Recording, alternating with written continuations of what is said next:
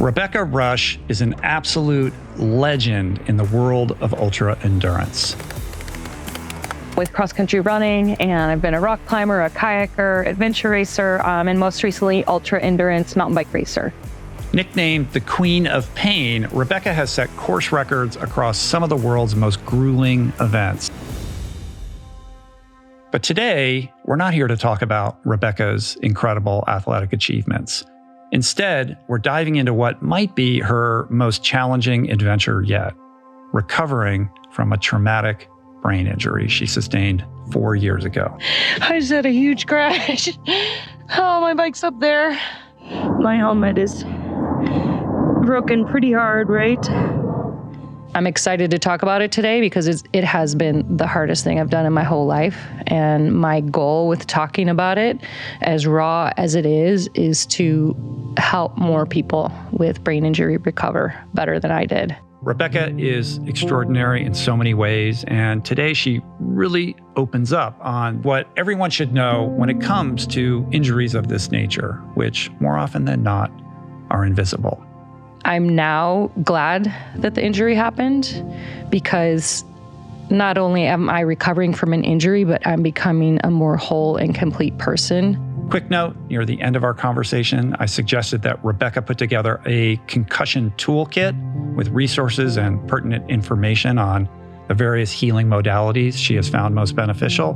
Well, she ended up doing just that, which you can download for free at RebeccaRusch.com. Now, without further ado, enjoy.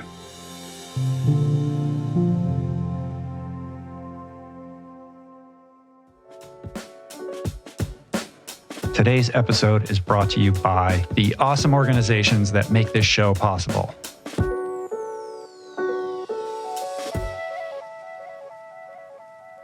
So when we first sat down, that was 2019? I think so. Pre-pandemic. It was pre-pandemic, yeah. At my house.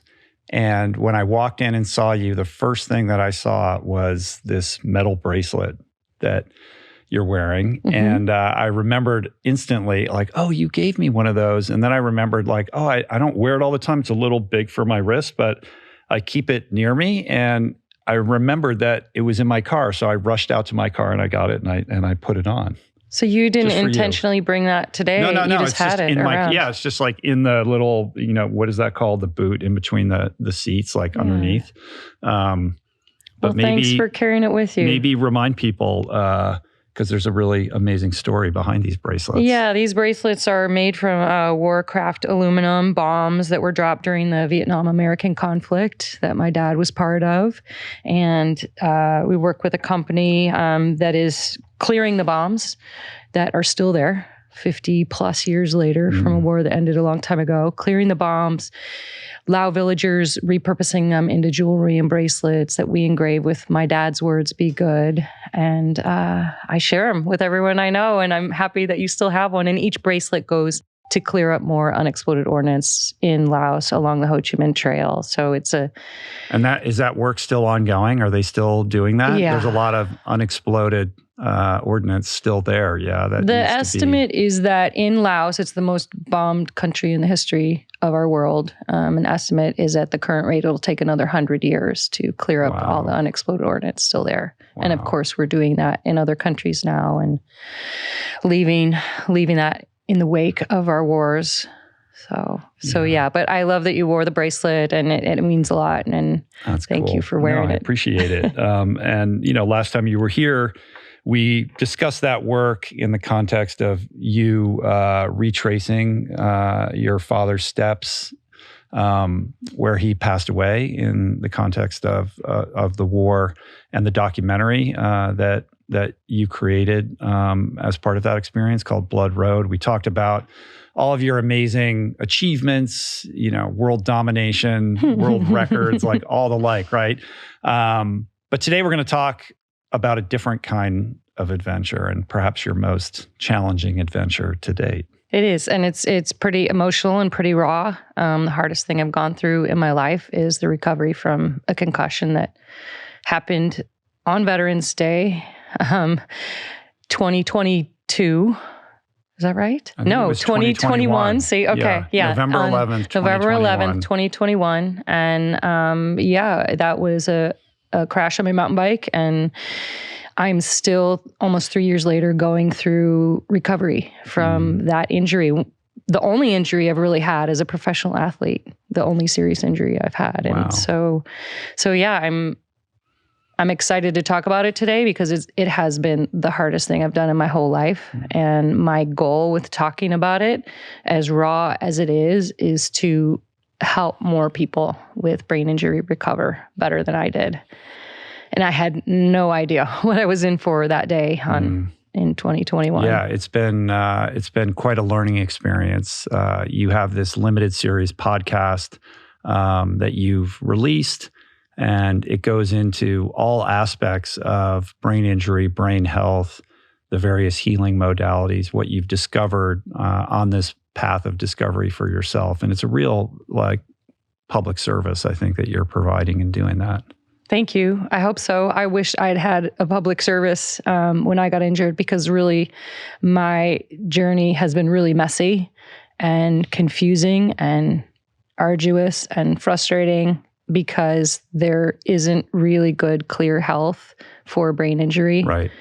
Tons of it is unreported. And when you do report it and go to the doctor, quite often they don't know where to send you or what to do. In my case, for example, I was repeatedly prescribed SSRIs as the solution without looking at all of the other modalities of your body, a holistic approach to healthcare. And so my goal with this, talking about it, is not to present as an expert, but to have the conversation, because it is an invisible injury. I probably look fine to you, and people can't see that you're injured. Right. And often it's invisible from those around you, but it's often a hidden injury as well, that people aren't comfortable talking about the fact that they have a brain injury, because we don't know what to do about it, and the doctors aren't helping us. And it's a field that's only emerging in terms of what we understand and don't understand.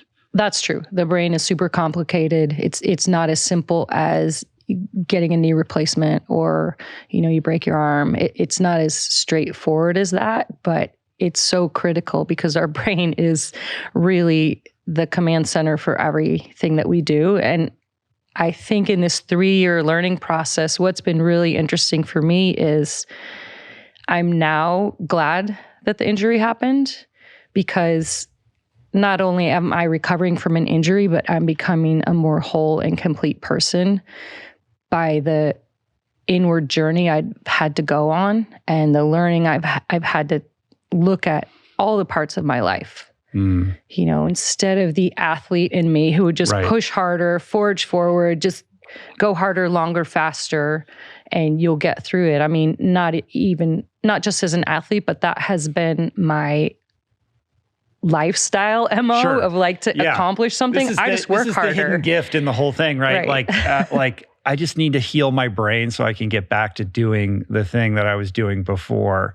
But what you get instead is a deep confrontation with self that then, kind of confronts you with having to untangle all of these psychological knots and revisiting your childhood and, why you are the way you are. And that's very scary, because as someone like yourself, who's a very successful professional athlete and knows how to do the thing that you do, the idea of kind of looking in the rearview mirror and addressing those things might mean that it will undermine what you must consider to be your superpower and how you make a living. Like what happens if I actually go to those places? Am I still going to be able to, be the person that I've always been, and not knowing what's on the other side of that door?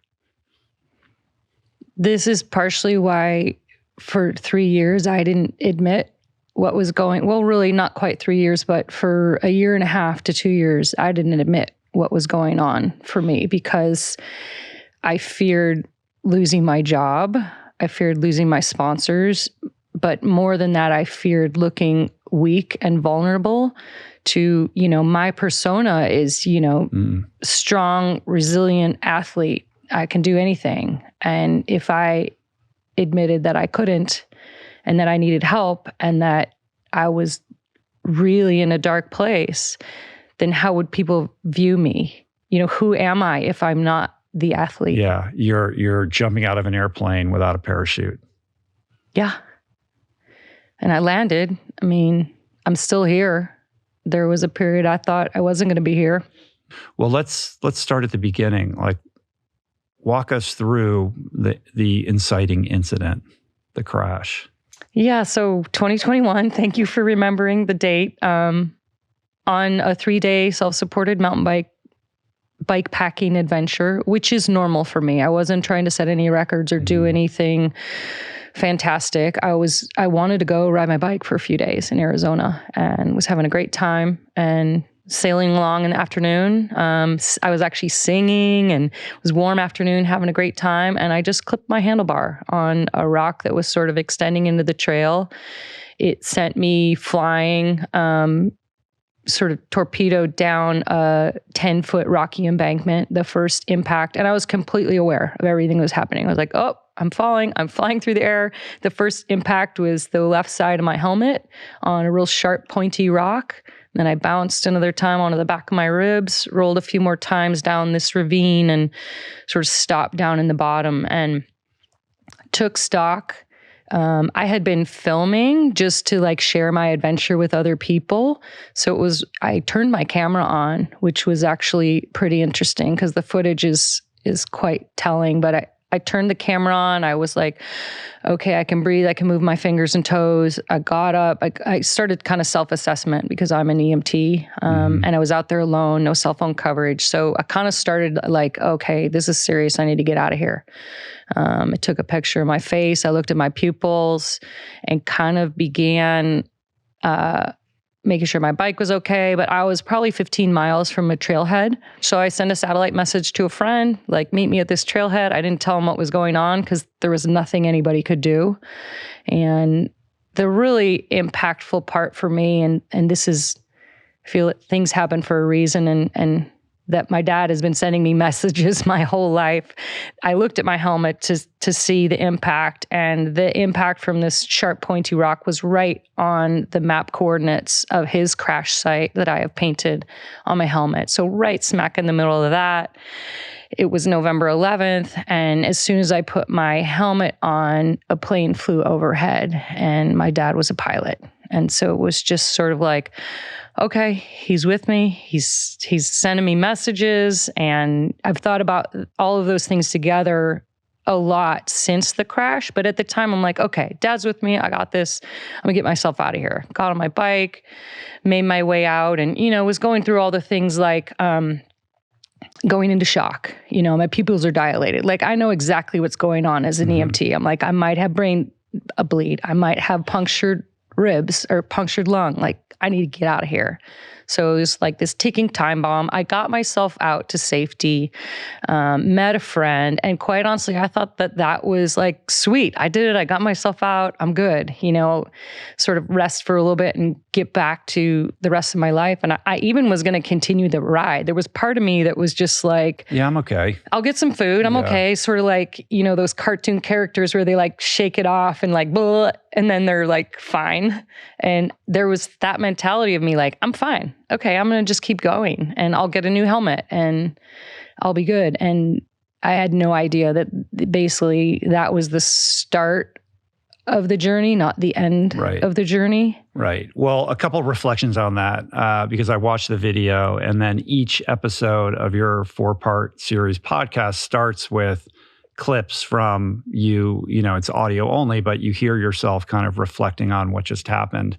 And, in the immediate aftermath, you definitely look a little shook up, but you're talking fine, it's all fine. And then in the later parts, it's like, okay, like this is all like, okay. And in reference to like, that cartoon thing where you just kind of shake your head and you're fine. It's like, we grew up in a time where we sort of laughed at brain injuries. It's like, oh, he got his bell rung, in football practice or whatever. This is just what happens. And, in the intervening decades, there's been a lot of greater awareness around brain injury. And now everybody wears a helmet when they ride a bike and skateboard, skiing and the like.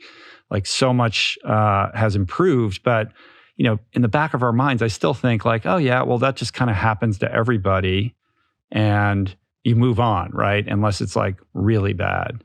And your story, and I think part of what your message is trying to help people understand like these are not small things, and sometimes the symptoms are severe, sometimes they're subtle, but oftentimes people don't connect the dots. Like if they have a depressive episode later or they're suffering from headaches, they don't necessarily reflect back on like the incident that caused it. They're looking at something else entirely and never really kind of confront the reality of their predicament. It's so weird that we look at brain injury in that way. Or you think, oh, I wore a helmet, I'm fine. Not considering that you can still shake your brain even if you're wearing a helmet and there isn't a visual impact on your skull. There's still the internal impact of the trauma of being shaken or bruised. And it's bizarre to me that we don't look at brain injury as injury, but I'm the same way. I did exactly the same thing. My mountain bike friends were all like, oh, I'm glad you're okay. Are your ribs broken? That was the first question. It wasn't, how is your head? And I think there's the assumption if you can put words together and you know what date it is, that you're okay. And what I'm learning now is many of the concussion symptoms, depression, anxiety, eye fatigue, headaches, just general malaise or not feeling like yourself, we don't associate those with a brain injury, but that's exactly what a brain injury is. And yeah, I'm learning a lot. I had no idea. I went home and just thought, okay, I'll rest up a bit and I'll be back to normal and I'll go back to my hard charging life and do things exactly as I always have. Life had a different plan for you. Like this is a massive pattern interrupt, and to get a little bit esoteric on this, I don't think it can be ignored, the fact that this happened on Veterans Day. Your dad is a figure that looms large in your life as just a human being and also as an adventurer. Like the fact that you did that bike trip that you did and made that documentary, and your connection to him and his crash, and then for this to occur on Veterans Day and for you to land right where you had the coordinates on the helmet is like wild. It's like the universe is being very clear. Like there's something here that you need to look at. And in order for us to direct your attention towards it, we're going to have to basically derail your life so that you can stop what you're doing and finally pay attention to what we're trying to tell you. It's wild. It's really wild. It's my dad talking to me. Definitely. Yeah. And through, I want to put a pin in it because I want to get to, the healing that you've done around that and your childhood. But I want to tell a quick story, and it's going to sound like a crazy, unrelated tangent, but it is related to this. We have a mutual friend, Willie Walker. Yes. You know Willie, right? And I was texting with Willie today. Oh my gosh. And he had texted me out of the blue about something else. And I said, oh, Rebecca's coming in. And he's like, oh, he sent me a bunch of photos from a recent ride that you guys did. So Willie he's a very successful businessman, real estate guy, but a very avid cyclist, like just loves cycling, travels all over the world, does lots of events, is very good at cycling. And I didn't know him until this past year, where we were both on this trip to Dharamshala, invited by Arthur Brooks to convene with the Dalai Lama. Like he was part of this small group. Willie was on that trip. Yeah, he was on this trip. Wow. And the evening before the first session with the Dalai Lama, Arthur introduces me to Willie. He's like, you got to meet this guy. You guys have a lot in common. You guys should talk. And he was there with his son, who he brought with him. And we immediately, oh, cyclist, yeah, cool. We should talk or whatever. But it wasn't until, and I spent time with him over the course of the next couple of days, but it wasn't until the whole thing was over with and we were waiting for our ride back to the hotel to leave. And my wife and I and Willie were like waiting in the lobby of this hotel. And I'm chatting with Willie. And it just comes up, oh, where are you from? And we hadn't even talked about that kind of thing. And he's like, oh, I'm from Washington, D.C. I was like, oh, me too. Where'd you go to high school? Turns out he went to like my rival high school and he's my exact age. And we know all these people in common. And I was like, where in D.C. did you grow up? Oh, I lived here. And then I moved here. And then he says this, he says, my grandmother was sort of a well-known figure in Washington and Georgetown. And she lived in this townhouse in Georgetown for most of her entire life. And I used to spend a lot of time there. And I said, oh, my parents live in Georgetown. I said, where in Georgetown? And he literally said, da-da-da-da-da, this street. Like, I'm not going to say it out loud. Like, he gave me the address. And I literally felt like this flush. And then I said to him, that's my parents' house. So my parents bought this house from his grandmother. Wow. And so I have this connection with this guy who I'd never met and didn't know, who knows all these people that I know from childhood, who my parents like know his family, like this crazy weird thing that I could have never predicted. And then I'm like, why are we both here in Dharamshala? We just had this experience with the Dalai Lama. And this is a guy who also is part of my world through the outdoors and stuff like that, and is like a good friend of yours. I don't know what the message is in any of that, but I guess I bring up the story only to say that these kind of subtle synchronicities or messages that we get like are real and important to examine and evaluate. And I think you got a resounding, message from the universe that gave you something very deep and important to explore within yourself. Well, to add to that story about Willie, we were texting with him this morning because he was asking for a certain photo of us during my recent event that I just had, Rebecca's Private Idaho, that he rides at, and we were together, and he's like, oh, can you send me that picture?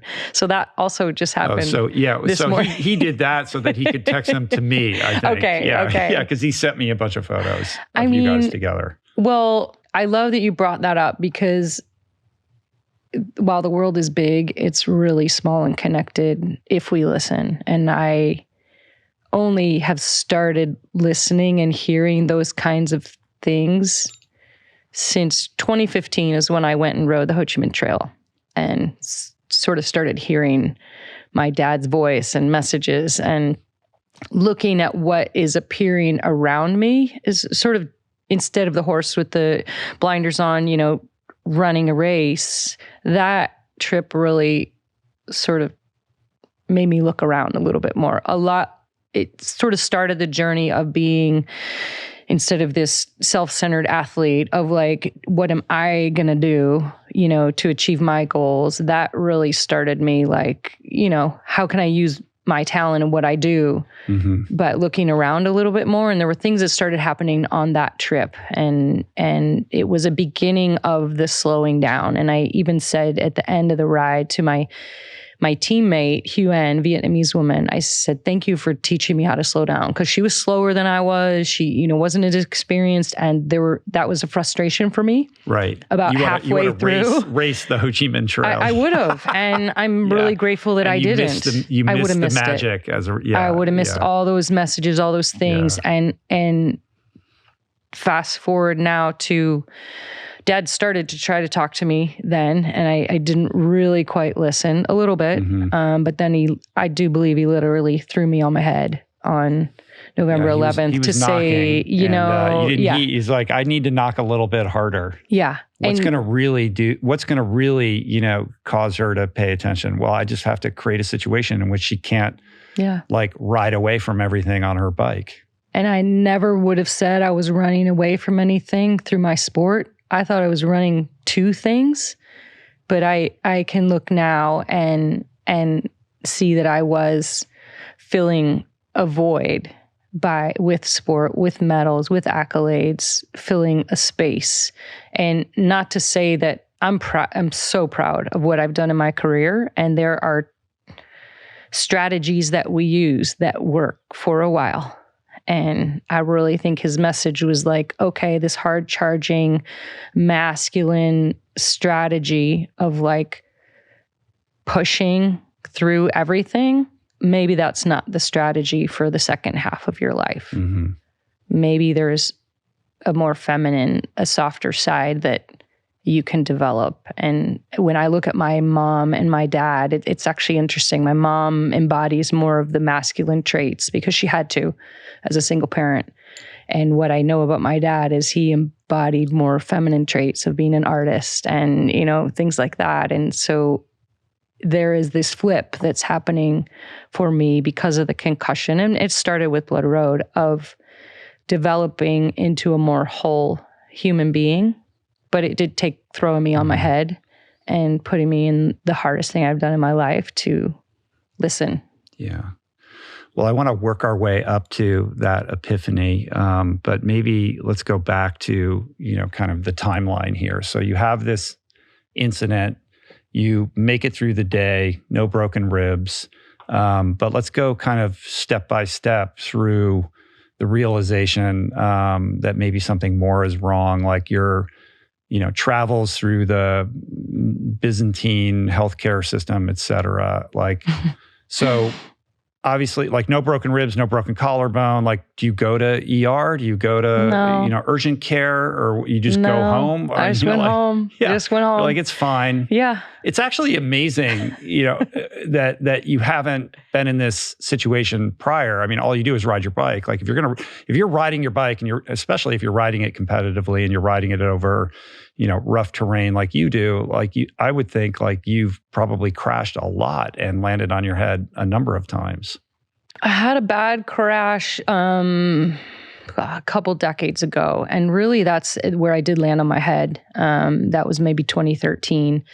But other than that, they've all been small. And I mean, you do endurance sports. It's a little different than somebody who is doing like downhill mountain bike racing. You know, that they're falling a lot more. And so, yeah, and it's more like tip over, you know, or maybe you hurt your shoulder or you sprain your arm. But like I said, I haven't had a broken bone. I haven't, you know, I think it's the style of what I do with ultra endurance stuff. Mm-hmm. It's probably more common that you'd have an overuse injury or something like that than a traumatic injury. But yeah, I haven't really fallen that much, and I only hit my head, you know, twice. And 2013, the same thing. The other time it was during a race, a 24-hour race, and I torpedoed off my bike, landed straight on my helmet, and it was sort of like, oh, okay, shake it off, keep going. And I kept racing.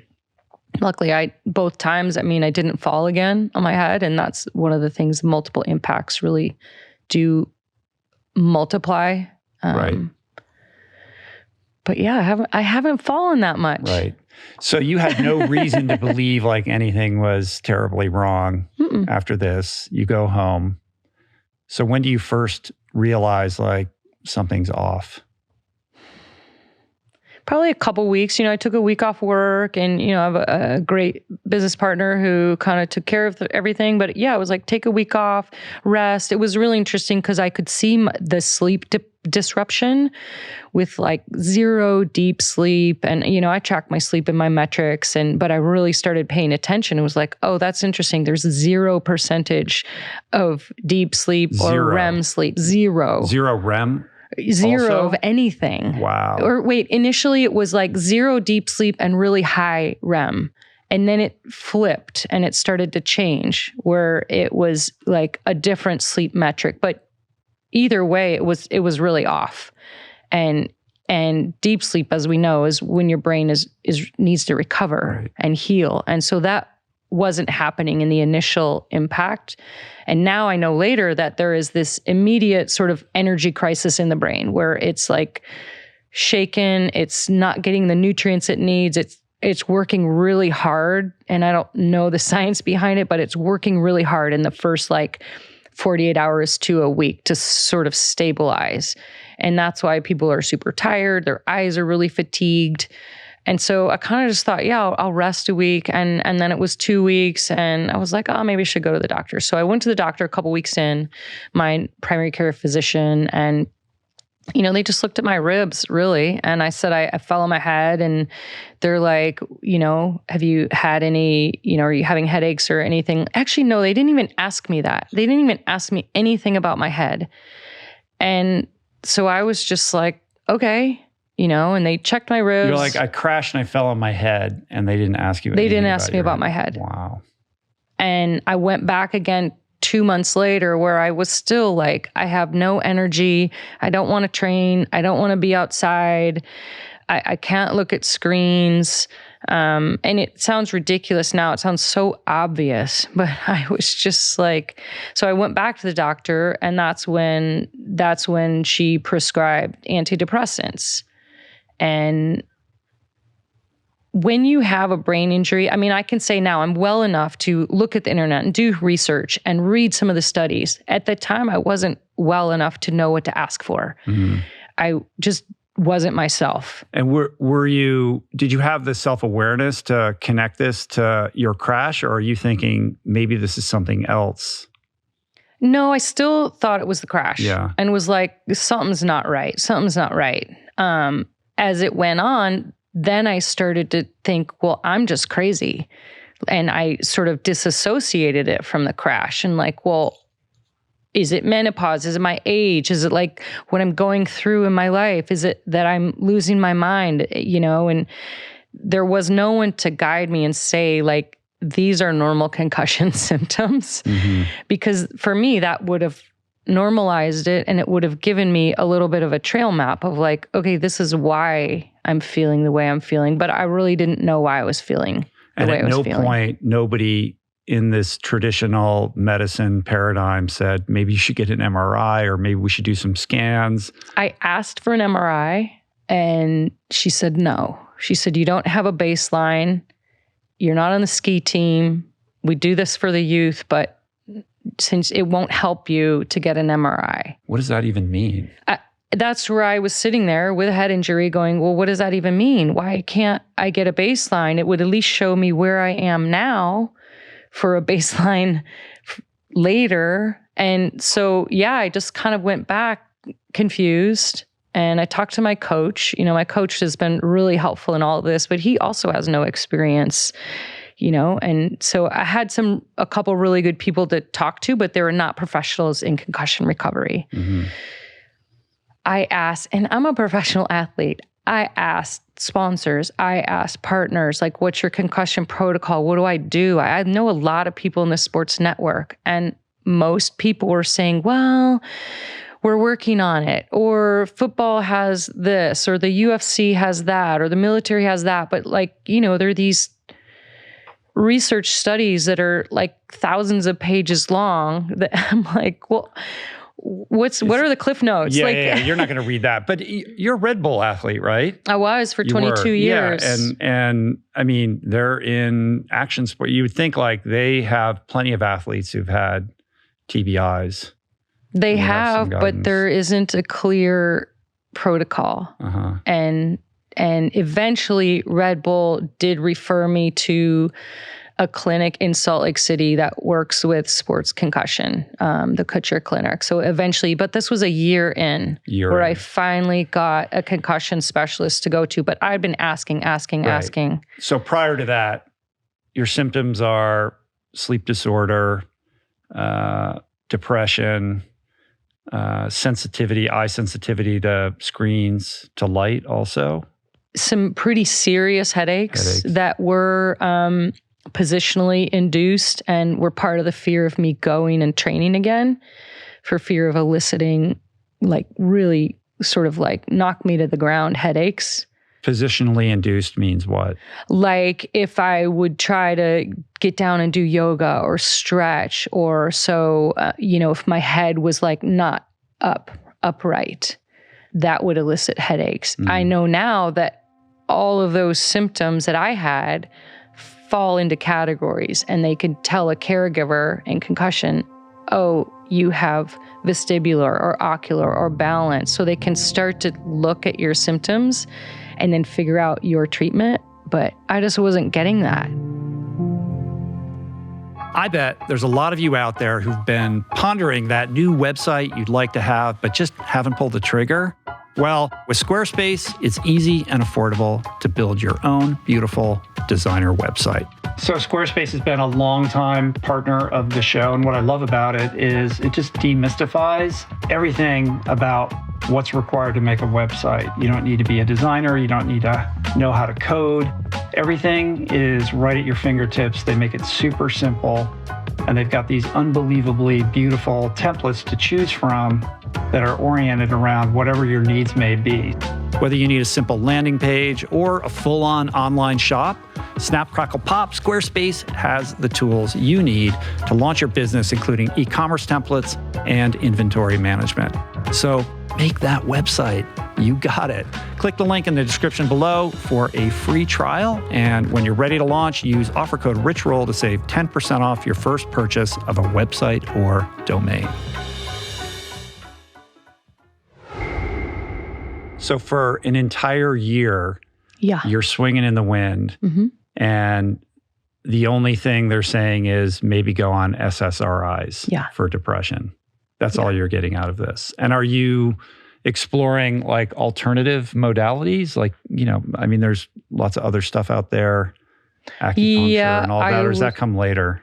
No, I was exploring that stuff. So I explored hyperbaric chamber. I did go to, do some eyes open EEG, where they look at your brain waves, and that was pretty cool. And they could see that basically my brain was just being super hyperactive and that it wasn't communicating well the front to the back. Like what was coming in to the front wasn't sort of making it to the back. And that's all really interesting. But the treatment was to stay at their facility for 6 weeks. And that was sort of out of reach. And so, I was trying a lot of different things. I did really look at my diet and started supplementation. So there's some things that were probably working and helping a little, but it wasn't a holistic approach of like, here's what you need to do to heal your injury. Mm-hmm. Mm-hmm. And I mean, I'll be honest, I called a small handful of friends and was like, I don't know what to do. And people were trying to help, or like, try CBD, try this, try that, take fish oil. But it was just a scattershot all approach. Over. Well-intentioned scattershot. Well-intentioned, and me spending money on stuff that like, I just don't know. And I wasn't seeing like any big change or it didn't feel intentional, and it didn't feel prescribed to what was going on with me. It just was like, oh, my aunt tried this one thing and it helped them. And so I did some of that, but quite honestly, I got really, really fatigued and really frustrated and really kind of lost hope that I could ever be normal again or that I could ever heal. And that was a pretty dark time. Yeah, a year in and the symptoms are persisting. They're not relenting. And I'm hiding them from the people I work with. A bunch of my friends haven't heard this story yet. So you've got the mask on, you're fronting like everything's cool. Yeah. Are you getting out on your bike and doing any training, or you're not interested? You don't have the energy for that. I kept trying in fits and starts, like, okay, I need to, that also became sort of like this checklist thing that I needed to do for work because training has been my job. And so then that also became something that was like, I'm not training, I'm not doing this, I'm not doing that. And it sort of kept eroding my confidence. And I tried to go out on the bike and either would get a headache or not have the motivation or just kind of be going through these motions. Like there was no joy in going out and exercising or being in nature. And I mean, I had to walk my dogs. So some days that was the only time I went outside was to walk my dogs for 10 minutes. And sometimes that's as far as I got. And I'd sit in the grass. I'd walk them and sit in the grass and just cry. Yeah. And God forbid your sponsors find out. Yeah. Or the people that think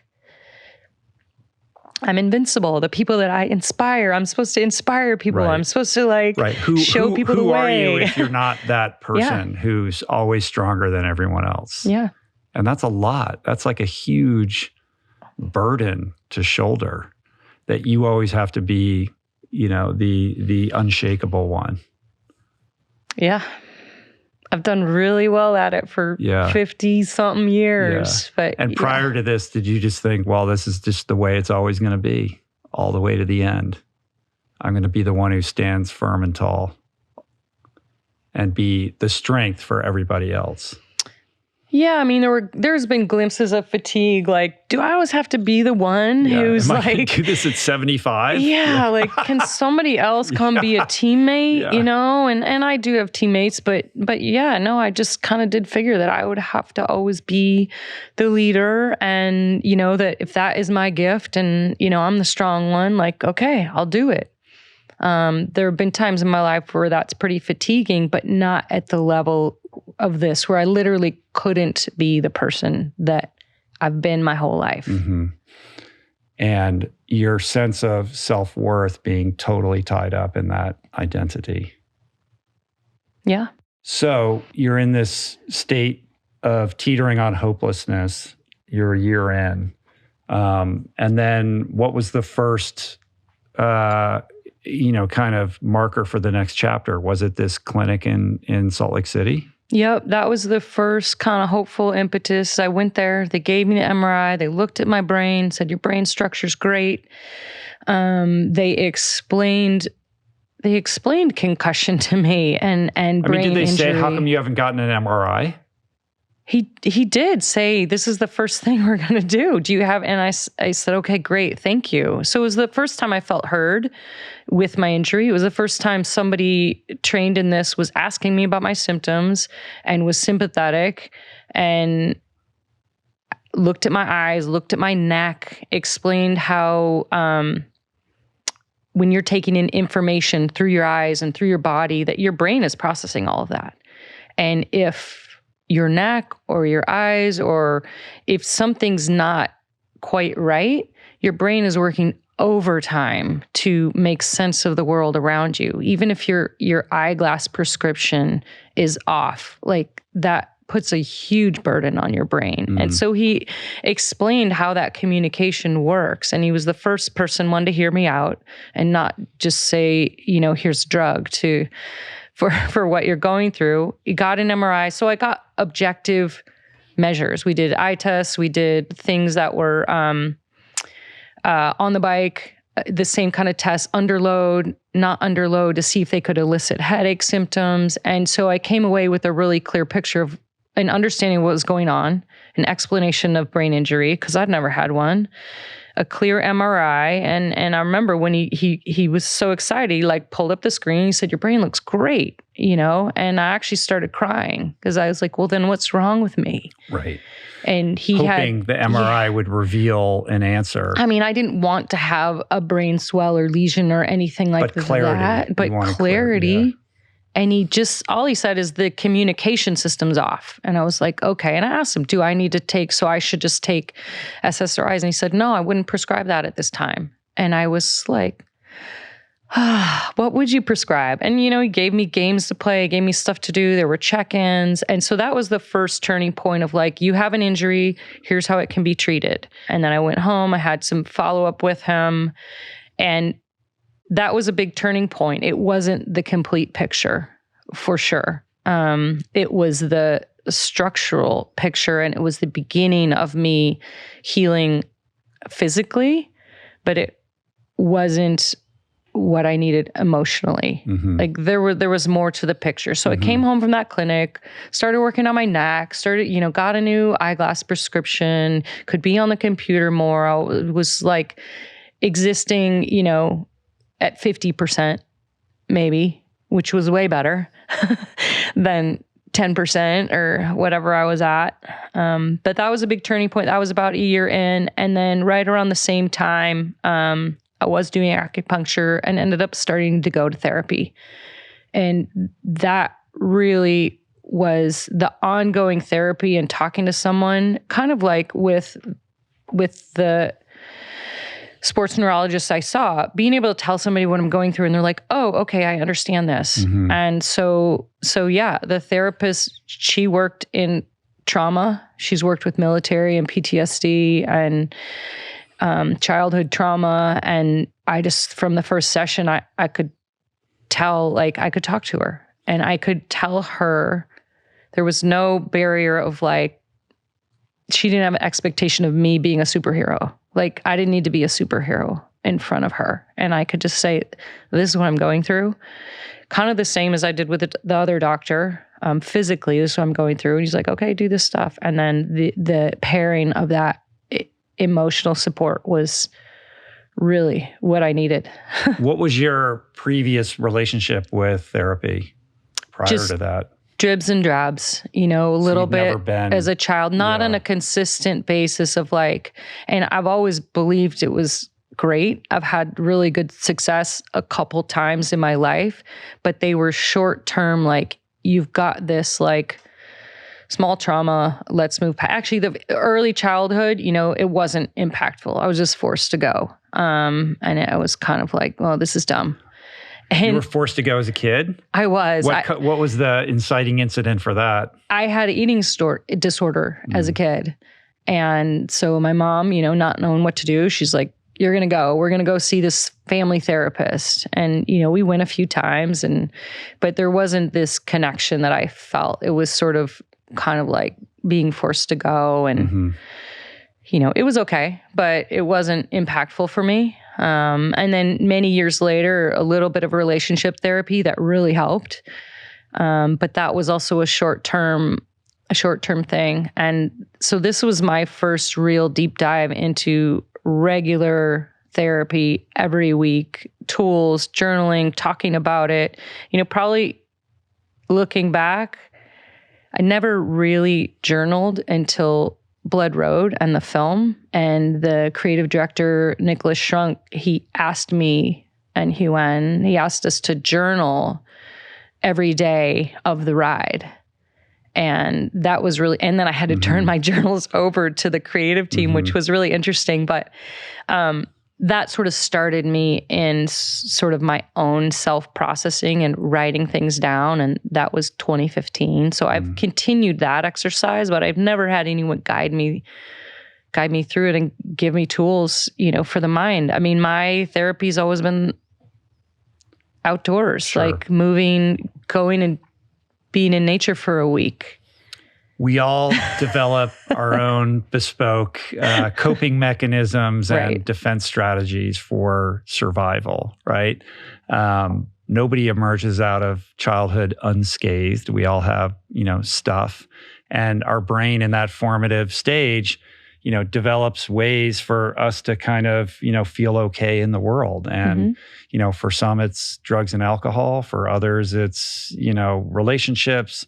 For people like you and I, it's like getting outside on a bike or on a trail and going all day, and that idea that you don't feel like yourself until you do that. And then you get successful at it and you're like, well, this is awesome, right? And it prevents you from having an honest reckoning with why you started to do that in the first place. And so I suspect, like, going into therapy, on the one hand, what a relief. Like, perhaps part of your exhaustion is just carrying that burden of being superhuman for so long, for so many people. No idea. And then you can like let go of that and you can like relax your nervous system. I mean, that in and of itself must have been revelatory. And then on top of that, to say, well, let's look at all this. Why is your dad such a towering figure in your life? Like, what is that about? And let's maybe look at those journals from the Ho Chi Minh Trail and kind of get to the bottom of this relationship, which seems so formative and important in your life. Yeah, the crown, the cape is really heavy, super heavy. Right, and a cape that you thought you were just going to have to wear your whole life, right? And that it worked for a long time. But yeah, the superhero cape is off. It works until it doesn't. Yeah. And you're right that we all learn how to move through the world as children. And then what's really interesting as we become adults, the people who continue to learn, they're the ones who are going to evolve. But if we take the same, and that's why I say I'm happy the concussion happened. If you take the same skills you learned as a child, a young adult, into your 30s, and you keep using the same tools for coping and success, eventually those tools are dulled and they don't work anymore. And so either you can keep trying to use those, which is a lot of the frustration for people in midlife of like, what am I doing? Like, this has worked up until now. And so it's an interesting timing of all of this happening with what I think a lot of people, concussion or not, go through when they reach midlife of like, what am I about? What am I for? Like, what is the second half going to be? And I needed to shift the tools I was using, and the identity that I created instantly was smashed in my eyes. Well, if I can't do that sports thing, then what am I? If I'm not Superwoman. Yeah, it's an existential threat to who you are, and it can be, and it's devastating.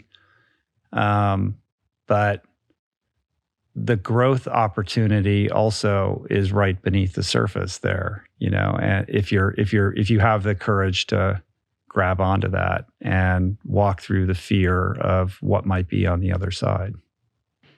Yeah, and I needed people to like take my hand and pull me to the other side, really, because I didn't know how to get there. Well, I mean, few walk willingly into that bear trap. You know what I mean? Yeah. It's like, I guess there are people out there who say, well, this isn't working for me anymore, and I'm going to volunteer for this new way. God bless those people. Like, I'm pretty stubborn. Like, I don't want to change the way I do things unless, something intervenes that forces me into that kind of, growth curve. But it's because it's not fun and it's not easy. Like, who wants to do any of that? I don't want to do it. It's much more fun to do. And what's interesting about this is that the perception is that all these endurance races that you've done in which you're so successful, like you're the icon of suffering, like you know how to do hard things.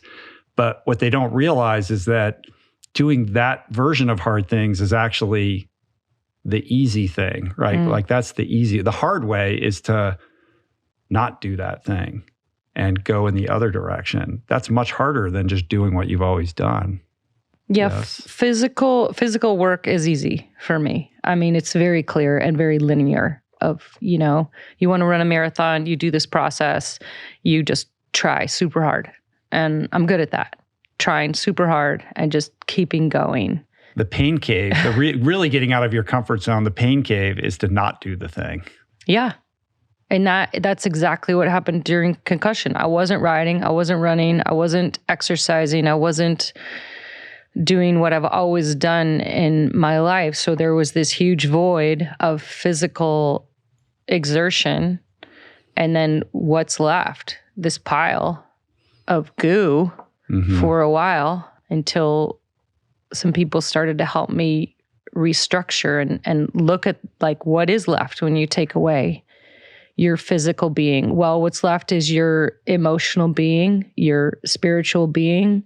There's like a whole other part of you that is underdeveloped, that I've honed and skilled and crafted my physical being my entire life. I have not done that work with my emotional or spiritual being. Yeah.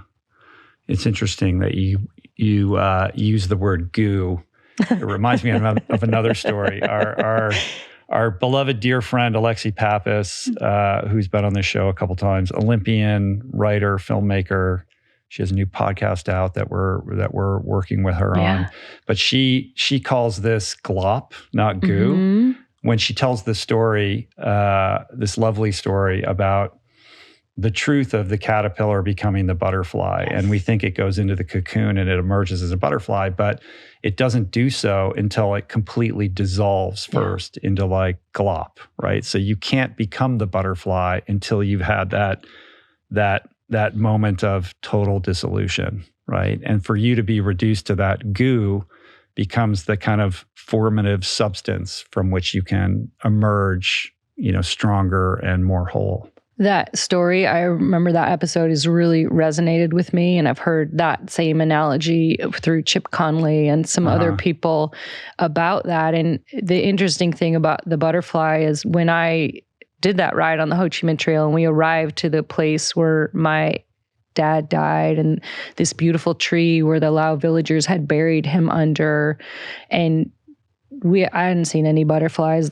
for a month in Laos. And in the film, you see this butterfly was there, and you can see it in the film. And it was there with me the whole time I was at the tree, flying all around me, doing all that. And then the remaining days on the trail, butterflies kept landing on me, and like they were all over. And I was like, how could that be real?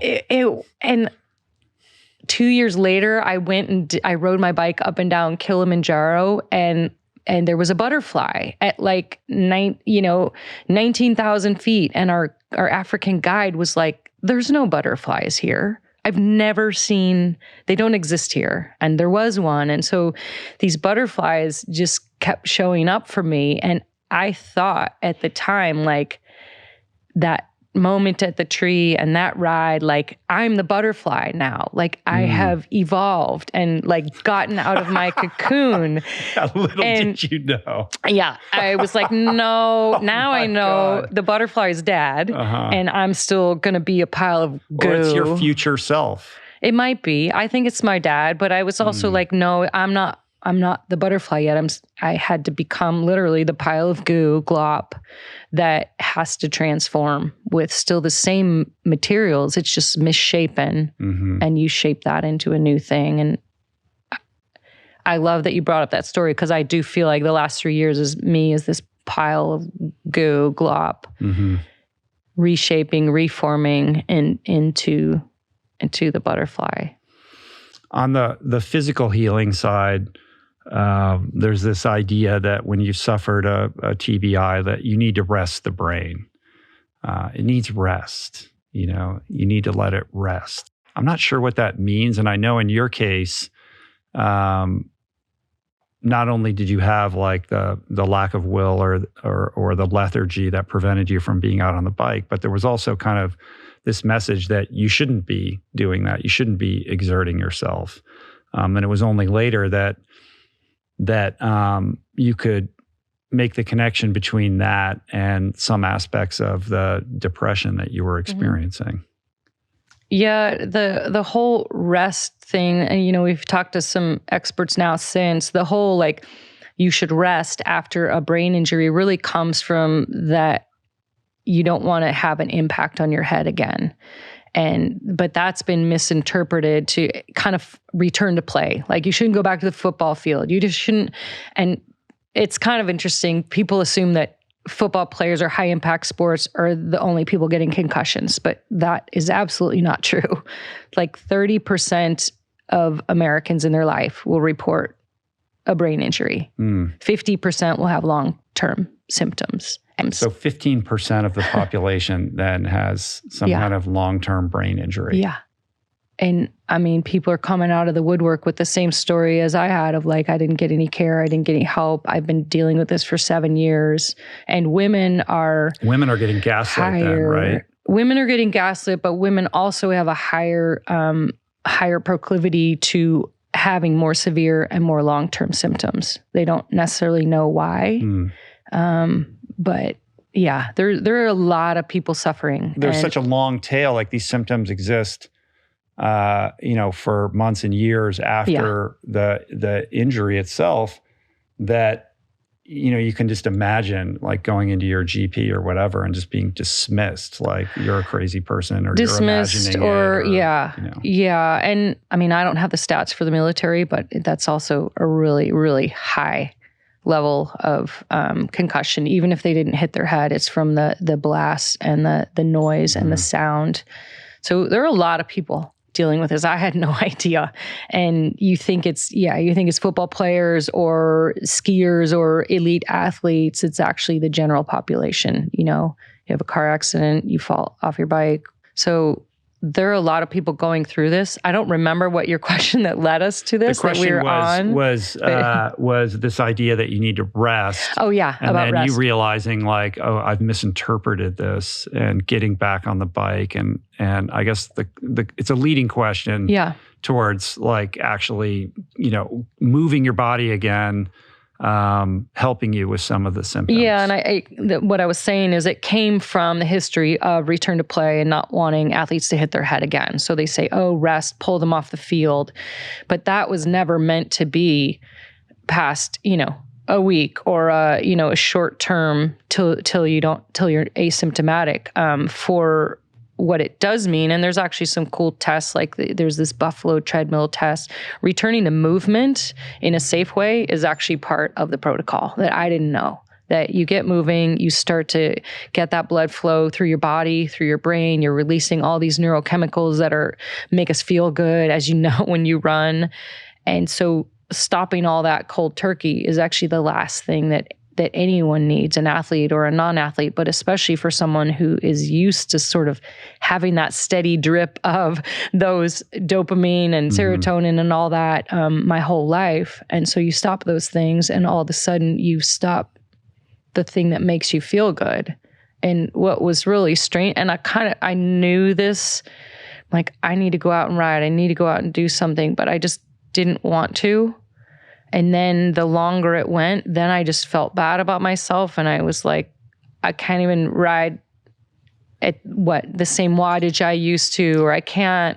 Then I started like comparing myself. That's the burden of the professional elite athlete, right? Yeah. You're out there training, comparing yourself to, who you think you should be or where you used to be, looking at those numbers. This is why I started running again. And I did my first ultra run this summer because I have no expectation of a time or a performance. Nobody expects me to be good at running. And so slowly getting back into it, I've taken the Garmin off my bike. I'm not looking at a head unit. If I am on my bike, I'm not recording any metrics because it actually started to become detrimental and a judgment on myself. And then I had to add in a different sport, which was my first sport, which is trail running. And so that has been, even now, like, I'm not back to training. I would say I'm exercising like maybe a average person might do, but like going and running for half an hour, 45 minutes, maybe an hour, that's kind of the level I'm at right now. And it feels good, but I've had to take away all of the measurements and the metrics, and because I have that expectation on myself, and I don't really show up publicly to go to races or do that because I don't want to be judged in that way, because I'm not well enough to sort of take that yet. Yeah. What does it mean if you're a middle of the packer? And is there a way to do this thing that you love, that you're so good at, but not do it for performance reasons, and instead do it not just to honor your physical vessel and your mental well-being, but for just the joy of it? That's where I'm at. Which is harder. Like that's like more out of the comfort zone than doing it with a specific performance goal in mind. Like to let go of all of that and just do it because it's who you are, without any kind of agenda other than the thing itself. That's why I'm not the butterfly yet. I'm still working on that. It's hard, right? I mean, since I was 14 years old, cross-country running in high school, I have been a competitive athlete. And it's not to say I haven't loved doing all the things I've done, but there's always been a finish, a measurement, a placing, an expectation, a coach, a race I'm going for. There has always been that external validation of you're good enough, you're worthy, and then you win again, and then okay, you're even more worthy. And your worthiness is completely tied to how you perform. Yeah. Over the last decade of hosting this podcast, my mission has been to engage in what I consider to be critically important conversations about the things that matter most in life. While I'm immensely grateful for the growth of this show, I've also come to realize that my voice alone is not enough. This mission cannot be a solitary endeavor. So I wanted to find a way to help amplify other meaningful voices. And the result is Voicing Change Media, this beautiful consortium of thinkers, storytellers, artists, and visionaries, all committed to fostering meaningful exchanges, intentionally curated for those committed to the path of self-discovery. Together, we're creating a space of growth, a space of understanding, where every exchange has the potential to enrich our lives and catalyze profound personal and planetary change. Visit voicingchange.media to learn more and subscribe. Obviously, as you age, you're not going to be able to hit the numbers that set aside the injury. Like, let's just say no injury. You're just continuing on your path.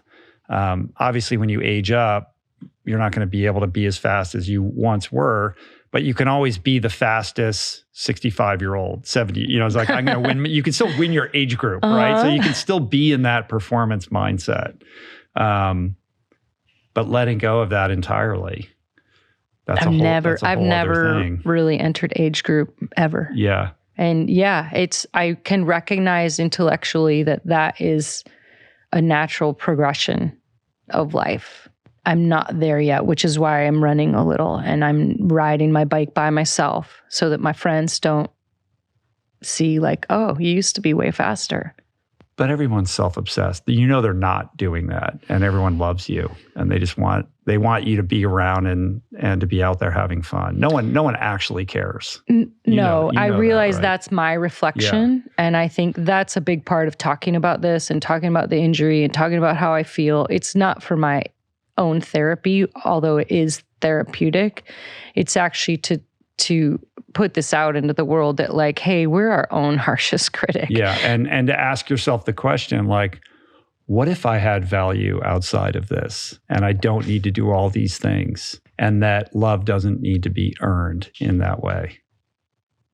That's what I'm working on, by loving myself first. So what's going on in therapy then? What is she like? And I want to get to the dad stuff. I feel like that's the heart of it. It is the heart of it. And maybe it's a bit cliche that we all want to, blame whatever woes we have on our parents, and our upbringing. But quite honestly, it's a formidable time in life, and how we come into this world, it shapes us. Through therapy, I've been able to uncover that, quite honestly, I was abandoned as a child. How so? My father was killed in the Vietnam-American conflict, and my mom had to work. How old were you when that happened? 3 years old. Oh, you were that young.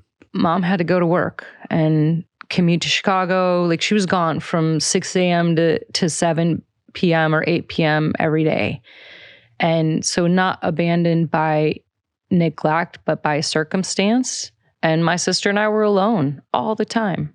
And I've learned now it's like children need I think there's some statistic of 8 physical touches a day. They need to be held and physically touched and hugged when, they fall down. And we didn't get that. And it's not to throw shade on my mom or my dad, it was circumstantial, but we were alone. And so we were left to get up, dust ourselves off, and take care of things ourselves. And that independence and grit served my sister and me really well in our lives. My sister's a 2-star general. Oh, really? In the Air Force. Oh, wow. Recently retired. So we both went towards high achievement. Full on. And that high achievement, those accolades, the achievement was a replacement for love. It's, I'm good enough. Oh, I won this. Oh, I, achieved that in school. Well, and a cry for attention. Yeah. And Mom was there on the weekend. She went to my track meet. She went to my stuff, but Like she was a working mother, like just trying in the 70s and 80s, like trying to raise 2 kids. And this was, we're the same generation. I mean, we were the latchkey, it was a latchkey generation, and that was not abnormal. It wasn't abnormal, and we were not neglected, but we were abandoned. Like there wasn't anyone there. And the example that my mom showed us through modeling was you work hard, you don't complain, you just do it. And that is a super valuable skill set that my sister and I have learned, but it's not the whole picture. And when you ask, what's missing, is that part of the influence of my dad was missing, and the gentleness and kindness. And perhaps if my mother if he wasn't gone, my mom might have been more of that nurturing personality, but she couldn't be because of circumstance. And so we never learned, we learned to take care of ourselves, take care of everyone else around us, make sure everything's okay, but no one was going to take care of us. Yeah. And that's exhausting. Still is.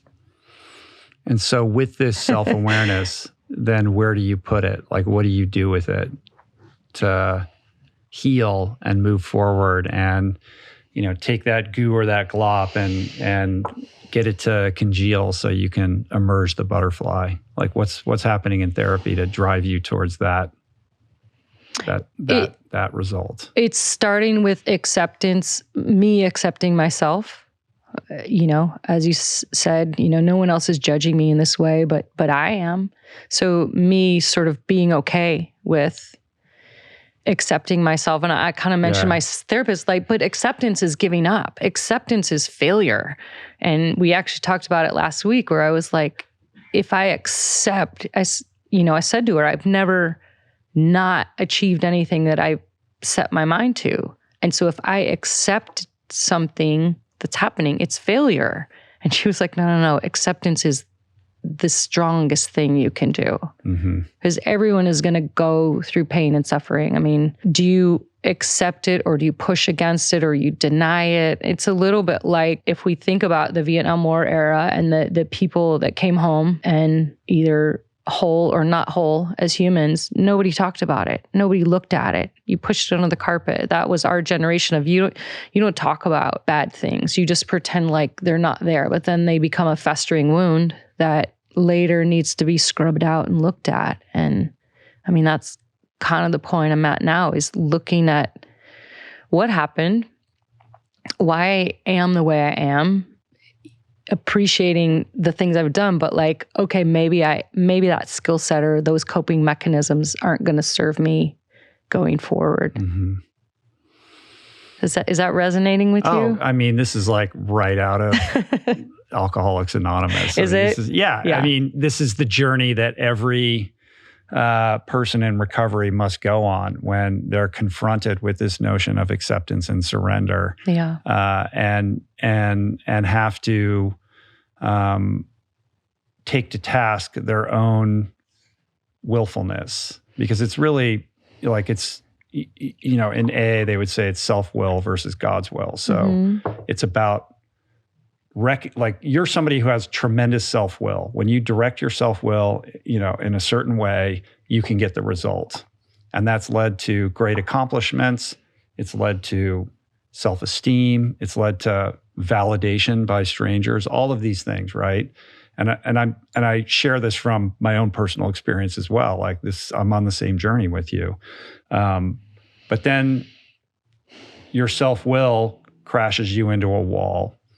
And you have to kind of come to terms with the fact that it's no longer the solution for you. And what you're looking for actually requires you let go of that strategy of pushing, which is about self and ego, and kind of embrace what it would feel like to put your trust in something greater and unknowable.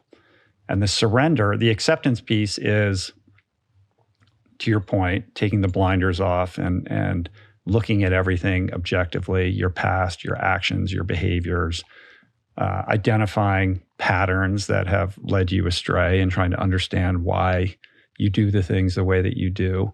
And then turning it over, like letting go, surrendering, like this is no longer working for me. Like, let me be directed in a new and different way that transcends the ego, what I want, my self-obsession, my idea of what success and love looks like. And that's a very scary thing to do, which is why surrender isn't giving up. It's actually an act of tremendous courage.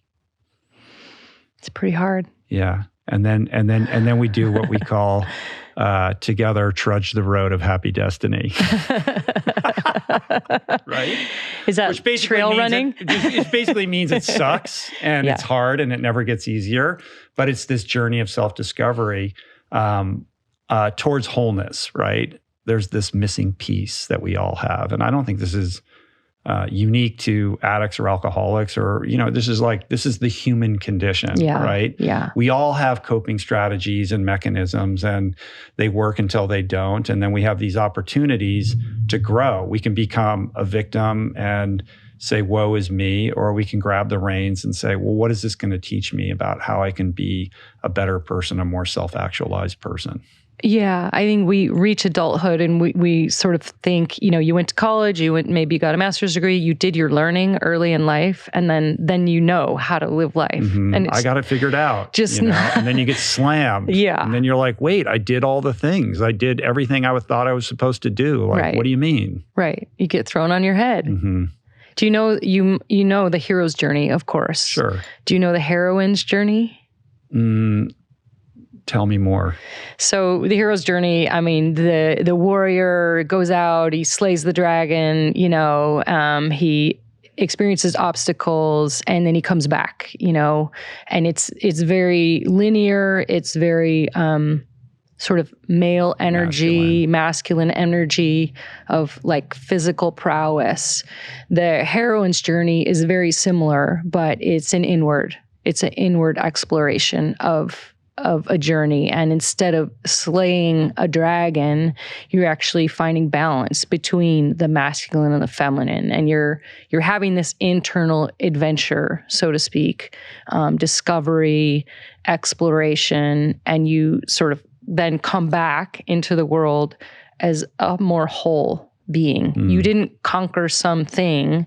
You actually looked at yourself and became a more whole, if that makes sense. No, that's great. I love that. I don't know why I've never heard that described that way before. Feminine. Sure, but it's also a lot harder. Like on some level, it's easy to go out and slay the dragon because you know what the job is. That's what I've been doing. But you go do it and then you come back and everybody applauds, right?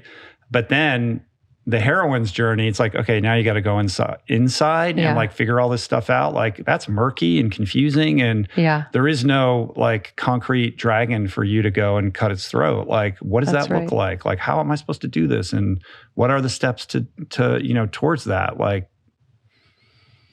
much harder. It's much harder, but you talked about the Dalai Lama answering every single question with the same answer. It's love. It's so annoying. But it's super annoying. You're like, what is the meaning of life? Love. Yeah. But you're right. It's a harder journey. I've been slaying the dragon, doing the hero's journey my whole life, like tons over and over and over again. But the heroine's journey, I feel like is what I'm on now. And it is, I've been pretty aggressive, pretty masculine most of my life. And I think it is a connection to a softer side and appreciating the feminine side of me instead of, the sports I've done. There haven't been a lot of men or women taking part. And so I really have had to sort of model masculine energy, even the model that my mom gave us. And it's not working anymore.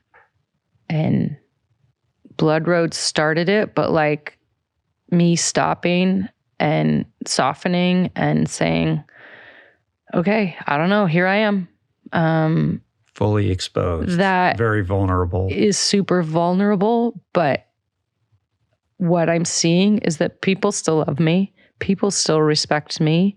And it was me who put that armor up, and it's starting to come down. But it's like you take the armor off and the skeleton maybe isn't as strong as it should be because it's been kind of sort of scaffolded by the protection that you put around. So I take the scaffold off, and all of a sudden I'm a little gooey, like that butterfly caterpillar. And that's what I'm trying to strengthen right now, is the stuff that I haven't learned how to strengthen. Yeah. What are some of the other modalities that you've explored on this journey towards healing? Yeah, I would say if there were, some big critical factors was, finding a medical professional in the concussion space, getting moving again, getting to therapy, and eventually the massive accelerator has been psychedelic-assisted therapy.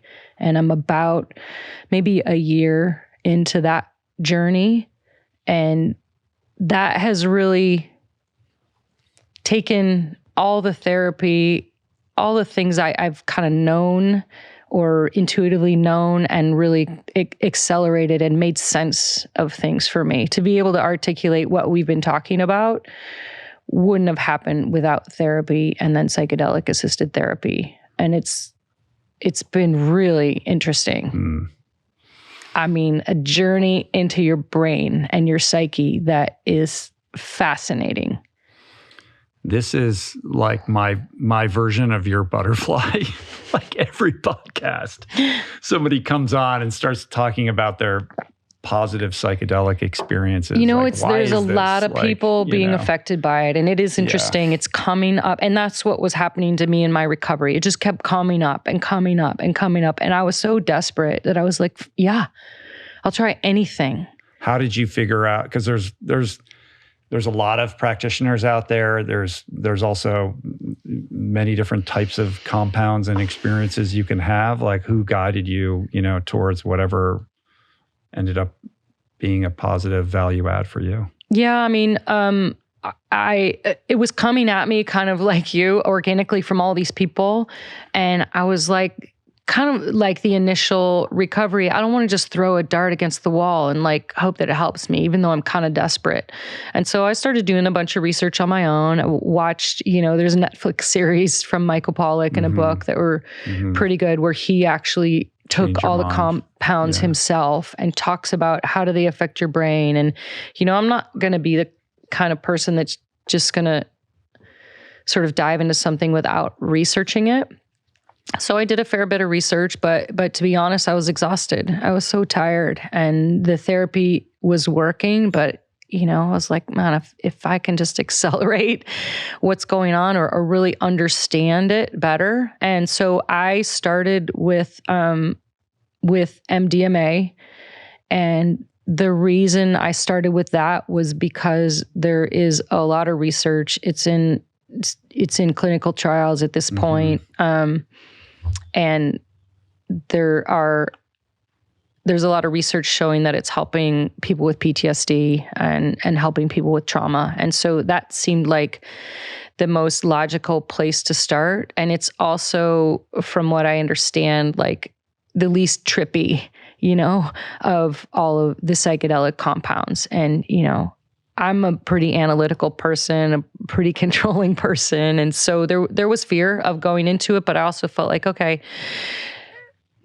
all these people can't be wrong. And all these people who've suffered trauma have had really good effects from it. So I went through that. It's a 3-part thing, spaced 6 weeks apart, paired with therapy, which is the main part. And, the journals and the intention and you go through the experience, and then you talk about it a lot with your therapist after it and with the person who is guiding you through it. And so I wasn't interested in a party drug, or I wasn't interested in escaping.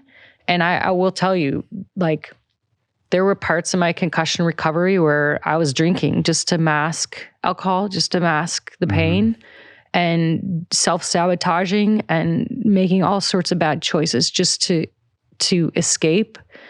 This was entirely different. This was me wanting to have agency in my recovery and to be part of the solution. And so there's a lot of stigma, of course, around any kind of a drug or a medicine, whatever you want to call it. But yeah, I went down that route and did 3 sessions of MDMA and then 2 sessions of psilocybin. And I'm completely changed.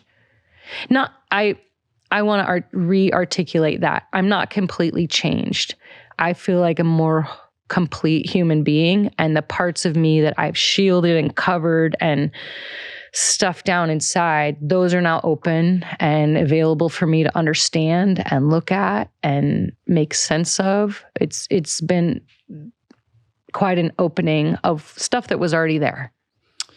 Help me, as somebody who's never done this before, and whoever's listening or watching who has no experience with this, help me understand what it was about those experiences that gave you that clarity.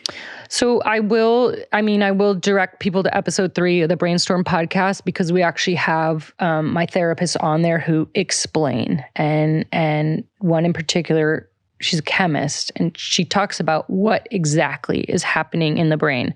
And my talk therapist talks also about what are the modalities, what's happening in therapy. And when you use things like touch, or you journal, or you do art, or you draw, like what's happening in the brain.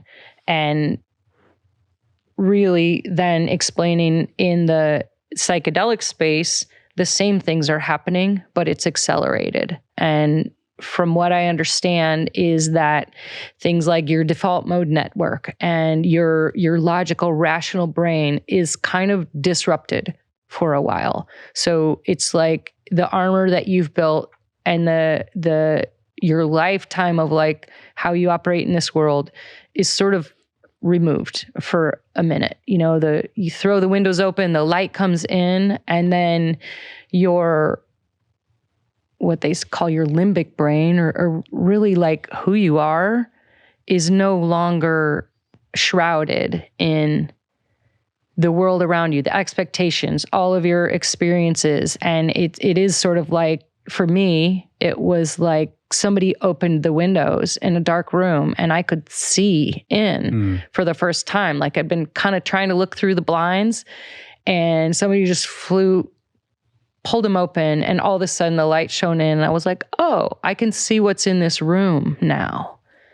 And so I think of it sort of that way. Like we've got these blinders, and then the compounds remove that. And so MDMA for me was very cerebral. I remember all of it, and I was fully conscious, but it was like I could look at my childhood. I could look at the way I am in the world with an unbiased eye. I could just say, without getting upset, oh yeah, this is what happened to my dad and my mom. And this was me as a really young girl, like feeling super alone.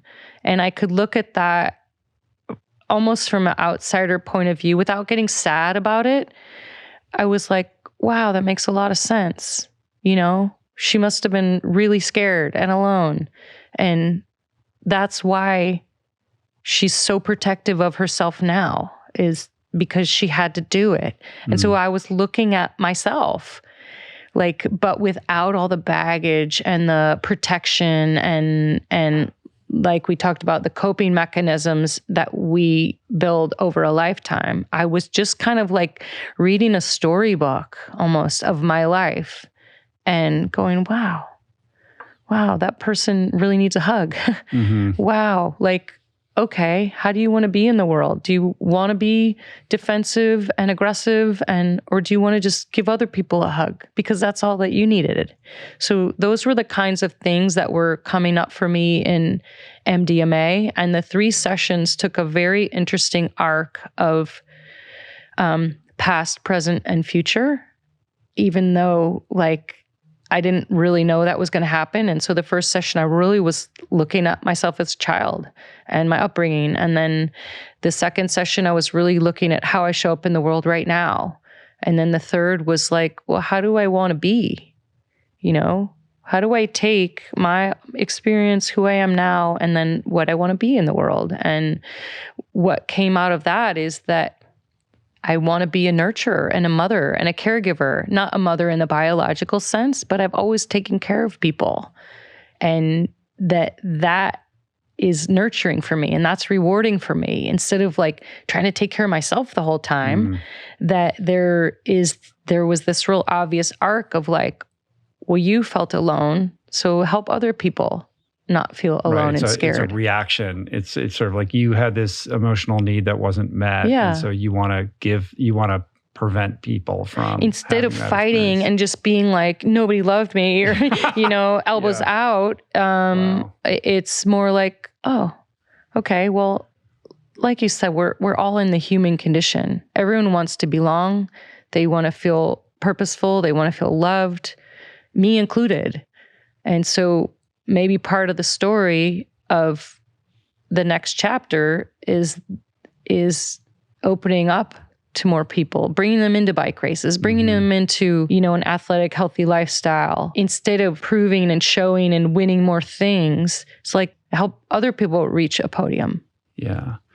That's also back to Chip Conley. Like that's sort of like this age that we're at, right? Yeah. Like where we turn if we want purpose and fulfillment, we need to stop looking, at our own career trajectories and shift our focus onto other people. Like that's the source of, kind of meaning. It is. Forward. And look, you get to that place, you don't need to take psychedelics to get to that place. That just happened to be what helped me. And to Chip's point, and actually I called in, you were doing a podcast with Michael Gervais, and I actually called in a question when I was in a really dark place in my concussion recovery. And I called in the question of, when does self-care become self-absorption? And I was so fatigued of trying to heal myself. And I was just like, I'm so tired of dealing with myself. And I wrote that question. You answered it. I was really excited to hear my question come up. I'm fearful of what I must have said, but I'm sure Michael had a very good answer to that. You both did, and it came back to service, and it came back to giving to other people eventually heals you, giving of yourself. I will say I was not at a point in this concussion recovery. At that point, I wasn't at a place where I could give of myself. If you're in that hole, you're not supposed to be giving to anyone. I wasn't strong enough. And I kind of heard the answer, but now it's strengthening, fortifying yourself so that you can actually be in service to the world around you. And so people who are in that really deep, dark, suffering space, they first need to heal.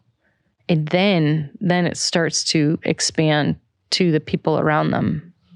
Yeah, because you can't give something you don't have. Right. You have to be healed yourself, or you have to take care of yourself in order to be able to give. Enough. I don't think you have to be perfectly whole or perfectly, no. But you have to have enough strength to get up off the floor. Yeah. And at the time that I called in with that, I didn't have that. It's hard for, I can talk about all this now. It's hard for me to articulate, and I don't think people believe how dark it was and how weak I was, because I didn't articulate it. And you were just hiding. I was hiding, and I'm well enough to be able to talk about it with some sort of articulation and knowledge, but I fear that people won't understand how dark a brain injury is when you're in the throes of it. So you're 3 years out from it. Where are you now? Do you still have the headaches? Do you still have the bouts with depression? What does it look like? I do still have those things. They're less. I have more tools now, more coping mechanisms, but I'm not through it yet. And I think it's kind of the dangerous part of an injury. If you've had an injury, then you're not in the trauma stage of like, you know, a cast on your leg or whatever. You're like getting through this therapy, you're starting moving again. I think that's actually the hardest time, because from what I know of my PT friends, are like, that's when people start slacking off a little in their recovery because they feel better. They're kind of back to doing what they're doing. And so I think I'm in that place where you know, I'm moving again. I'm able to work. I'm excited about some of the things in my future, but there is this easy slide back that I recognize. So I'm maybe a little bit of a slippery slope. I'm still sort of like finding my way. I'm not just machete through the jungle, like trying to figure it out. Like there's a trail, but I'm still on it. And who keeps you honest and on that path so that you're not slipping backwards? My therapist does, but now it's also me, which is really cool. And you had a guest on recently. You were talking about how gurus come in many forms and teachers come in many forms. And I feel like the beauty of what my dad's teaching me is that I can be my own healer and that I'm the one who can give myself a hug. You don't need to chase a ghost for that. Yeah, he's right there. But I have to really implement some of the practices of self-care for myself because, yeah, while I'm not chasing a ghost and I feel my dad is really part of me, I still feel like an infant in this sort of spiritual, emotional development part of my life. So I'm like this kid who's like, oh yeah, I'm going to run and just recess. I'm going to run out and play. But I'm also unsure of myself, if that makes sense. I mean, even talking about this is actually really hard. Because that's part of the journey, right? You're not really supposed to know the uncertainty. Yeah, but I want to know. You can't have it without the uncertainty. Of course you want to know. We all want to know. That's the controller. You don't get to know. Yeah, I don't get to know. Yeah, you don't get to know. And what are some of those self-care tools? I got into breathing exercises. I really got into meditation. And, you know, I dabbled, kind of same as therapy. I dabbled in all that stuff, but I never really needed it. And so breathing, meditation, journaling, I'm doing some art. I've never done art ever in my life. Like painting? Painting. Yeah. Painting. A little bit of sculpture type stuff, which is, that's cool. I'm not good at it. You know, I started playing a little bit of music in honor of my dad. I have a ukulele and I can play like 4 notes, but they're all brand new experiences where I'm not very good at them. But what I'm understanding about the brain and the nervous system, and this is part of all the therapy, is when we use all of our brain in different ways, it strengthens, you know, they're neurotransmitters. It strengthens different pathways. And I've developed certain pathways in my brain and some are neglected. So a lot of that therapy is again, opening up, you know, the other side of my brain, the feminine side of my personality. I'm having a hard time articulating it. And this is one of the symptoms of the brain injury, is that something is often very clear in my head and I can't quite get it out. Right. Perhaps maybe you can help me. An analogy might help. It's sort of like, you know, these grooves, right? These like neural pathways. It's like you like to ride your bike. You're really good at riding your bike. You like riding your bike. And like, I just want to ride my bike. Yeah. But if all you're doing is riding your bike, then there are other muscles in your body that are going to atrophy. You're going to overdevelop some. And these underdeveloped ones are going to ultimately, you know, lead to an instability or an injury, right? So like doing sculpture or painting is a way of developing other aspects of your brain that are underdeveloped because you've just been doing this one thing for so long. And I get that. Like, I just want to do what I want to do. I don't really want to do something I'm not good at or have never done before because that sounds hard. And like what I like to do is like get on my bike and ride all day or go running or something like that. Like can't I just keep doing that? I was trying to keep doing that. Right. And then I got thrown on my head. What's interesting, again, going back to psilocybin in particular, is that So you had that experience also on top of MDMA. Yeah. MDMA first, then psilocybin. And they do say that, whereas MDMA is a little bit of like pulling a veil off so you can look around the house. Psilocybin is like a whole new way of looking at things. And they actually say that it develops different neural pathways in your brain that you haven't used. And so what I understand is there's even this window that's open, for a month or a while where you practice those pathways and you can kind of get those using again and develop kind of the cross-country ski tracks of a different way of looking at things. And so that's really fascinating to me and again, you can get there with therapy, you can get there with breathing, you can get there with a lot of things. Those compounds were just accelerators for me. Right. And really, like literally I saw in psilocybin, like animal figures and like strength. And I saw my family and like all these women nurturing me, around me, taking care of me, like people who are dead, alive, felt and saw that kind of energy and my dad's energy. But then I also saw actual like neural pathways, like cool lights, and I was sitting there going, okay, my brain can heal. It was like reassurance to me that I'm not broken and that while I might be injured, that I can heal. And the science, there's a lot of research to be done, but that's what it made me feel like. Like there's hope, I'm loved, and I can heal. And actually seeing those visual representations of like those pathways, just like pew, pew, pew. It's like, Star Wars or something. And that's exciting to me to know that I don't have to accept that I'm injured and I'm never going to be the same again. Or I never will be the same again. I actually believe I'll be better, that I will be more cognitively, emotionally, spiritually aware person. What an incredible journey you've been on.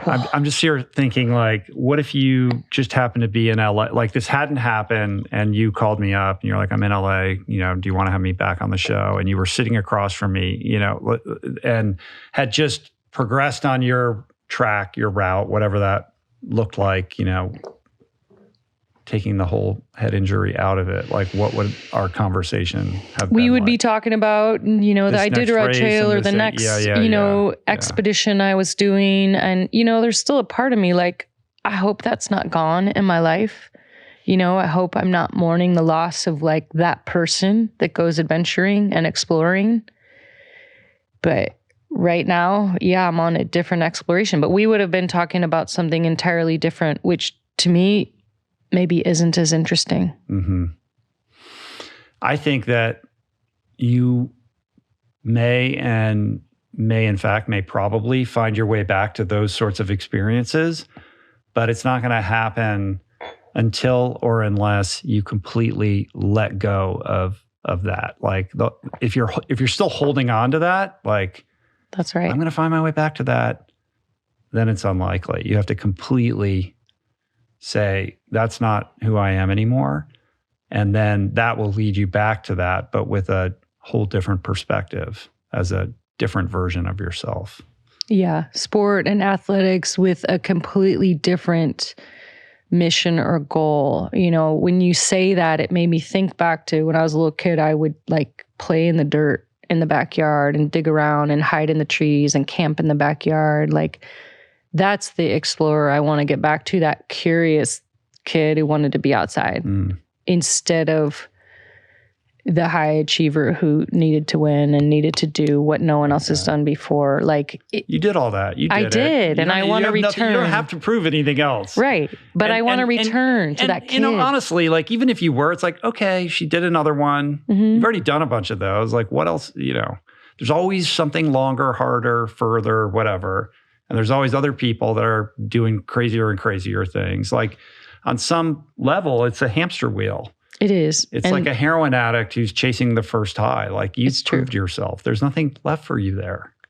And literally, those experiences can still teach you, but that's not the lesson you need to learn. There's other lessons, I think. Which is why I was thrown on my head by my dad, because I was so stubborn, I wouldn't stop. But you're right. There's another frontier for me, and instead of feeling hopeless and desperate, and I can see like some excitement in that, which is why I'm talking about this, because I know there are a lot of people who are really, really suffering from brain injury, and our medical system is not supporting those people. And they're trying to just give them a drug and mask the symptoms instead of looking at the whole person and looking at how to heal a whole person. And my goal with this conversation is to pull some of those resources together in a better place for somebody to access, whether it's breathing or therapy or movement or whatever healing modality works for them. Because there's no trail map. And so I guess I'm going to try to help people navigate that a little bit better, because it makes me really sad to think about what I went through and to hear the stories that are coming up for me. I mean, I'm thinking about, the journal entries I wrote, and I went back and read those for this podcast series, and like I almost couldn't read them myself. Like, I don't know who that person was. And I know there's a lot of people suffering. So my hope is that this frontier that I'm on is for me, but is also for a lot of other people who have this injury. Well, it's a great act of service, as I said at the very beginning. The podcast is called Brainstorm. It's 4 parts, yes. But for somebody, and so obviously, everybody should check it out, particularly if you or someone you care for has suffered some version of a brain injury. And by your account, that could be as high as 15% of the population, which is like astonishing. Yeah. But for the person who's listening or watching right now and is reflecting on, that thing that happened, maybe I feel the way I do because of that thing that happened a year or 2, 3 years ago. Yeah. I just didn't realize it. What are some of those resources, and where can somebody find some hope with some of these tools and modalities? Like, who's in a place where my GP just sent me home, and and everybody thinks I'm crazy. Well, I'm going to say, first of all, the brain is very neuroregenerative, very neuroplastic. And so the brain can heal many, many, many years later. There's a lot of people who are like, it was 4 years ago, 5 years ago. There are healing modalities. If you need to find a concussion specialist, first of all, you need to involve your family members, because if you're injured, it's really hard to navigate this when you have a brain injury. You're literally, the thing that you need to solve the problem is the thing that is the problem. Yeah. And we do have resources in the Brainstorm podcast, but by no means is it exhaustive. I've already have people coming and bringing more resources to me. So my hope is that on my website, we'll just have this ongoing resource list of studies, of modalities that people can try. But ultimately, somebody needs to get to a concussion specialist. Mm-hmm. And I will say a lot of this stuff that I'm doing, yes, I had a concussion to put me in this space to really work on my brain health. But a lot of this applies to cognitive health for any human. Our brains are such an important part of what we do every day. And so taking care of them, and a lot of the things like breathing and meditation and all the things, those are neuroprotective, even if you haven't had an injury, or some of the supplements. There's a lot of good stuff out there that actually protects even an uninjured brain. But wards off aging and makes your brain as strong as it can. Omega-3, vitamin D. Those are D. kind of the big 3s that have a lot of research behind them for cognitive health, concussion or not concussion. Momentous has a really good concussion protocol that we've listed on my website and in the podcast, that there's, within 48 hours a week, 6 months, but then also neuroprotective supplements you can take, which are creatine, omega-3, vitamin D. We work with Momentous as well, and they work with so many, athletes like football players who are, suffering these types of injuries all the time. And yeah, I just want to just emphasize again that it's not just high impact sports of people who are getting brain injury. Like, it's everybody. And I want people to take care of their brains and their hearts and their bodies, the whole package. Yeah. In the meantime, wear a helmet. Yes, of course. Right? We've come a long way with that. And get a good helmet. That's not where you skimp, in your budget, right? I mean, I remember skiing. It was like super uncool to wear a helmet, not too many years ago. I never wore a helmet skiing growing up.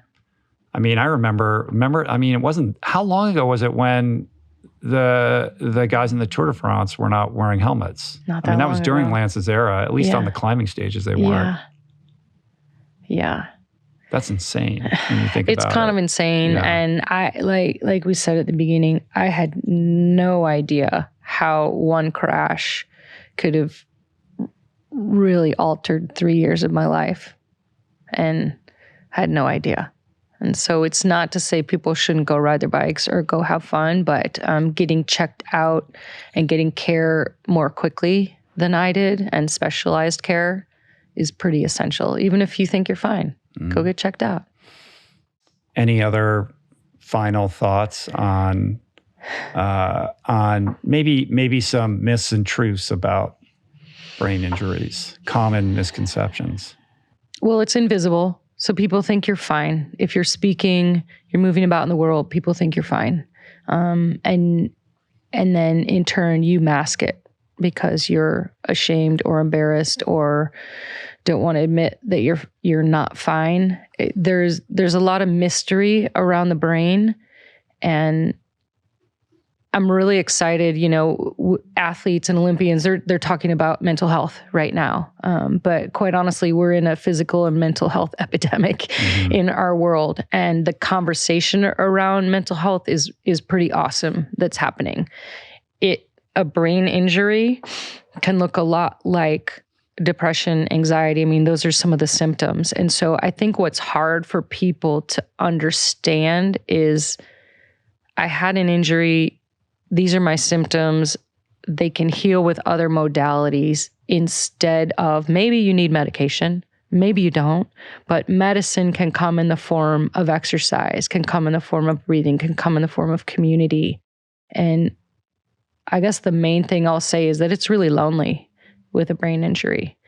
And the people around you, they don't know what to do, and you don't know what to ask for.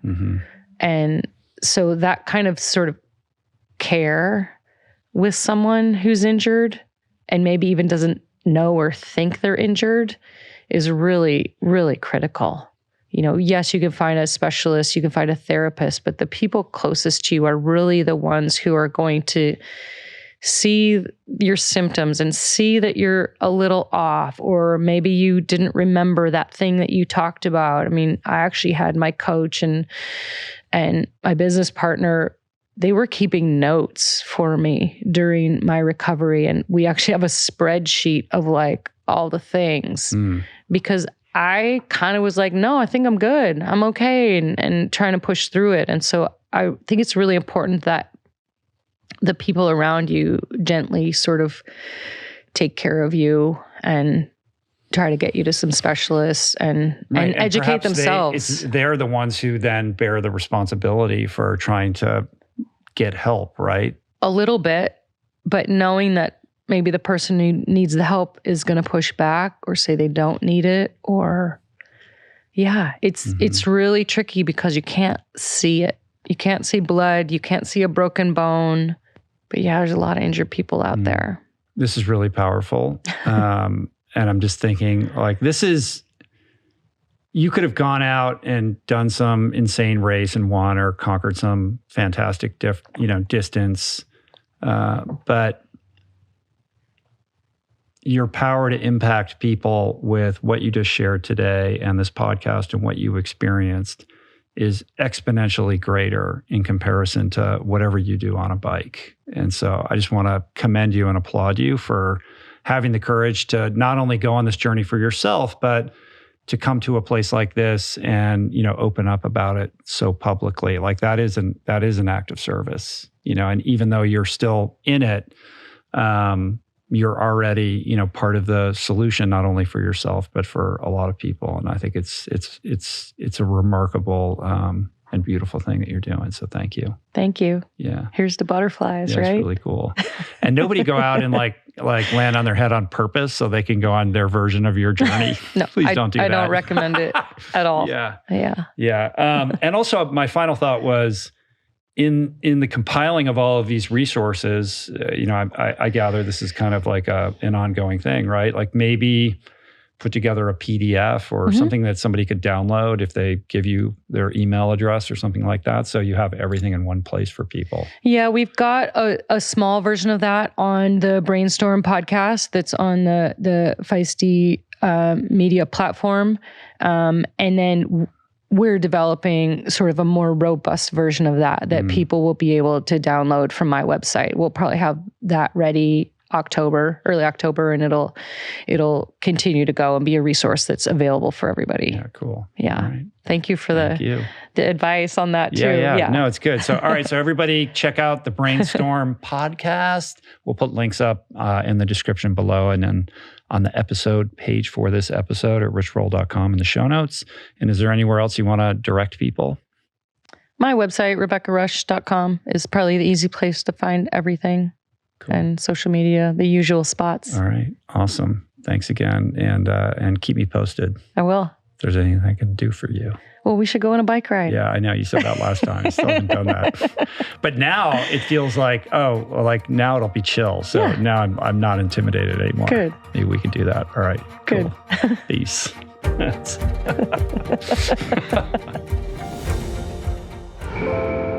That's it for today. Thank you for listening. I truly hope you enjoyed the conversation. To learn more about today's guest, including links and resources related to everything discussed today, visit the episode page at richroll.com, where you can find the entire podcast archive, my books, Finding Ultra, Voicing Change in the Plant Power Way, as well as the Plant Power Meal Planner at meals.richroll.com.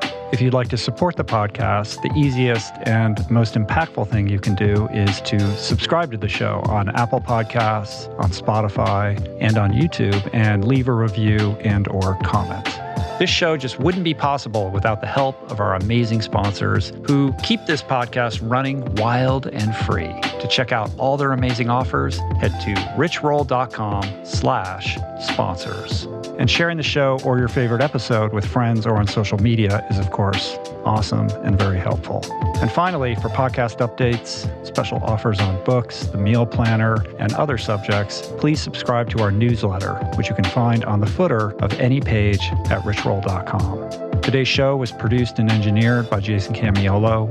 The video edition of the podcast was created by Blake Curtis with assistance by our creative director, Dan Drake. Portraits by Davey Greenberg, graphic and social media assets courtesy of Daniel Solis.